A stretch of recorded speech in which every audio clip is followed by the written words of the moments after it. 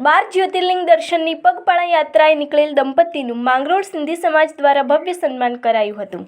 ભારતનું પ્રથમ એવું અમદાવાદનું સિંધી કપલ જે 12 જ્યોતિર્લિંગ દર્શન 11,000 કિલોમીટરથી વધુની પગપાળા યાત્રા માટે 7 મહિના પહેલા અમદાવાદથી નીકળેલ છે।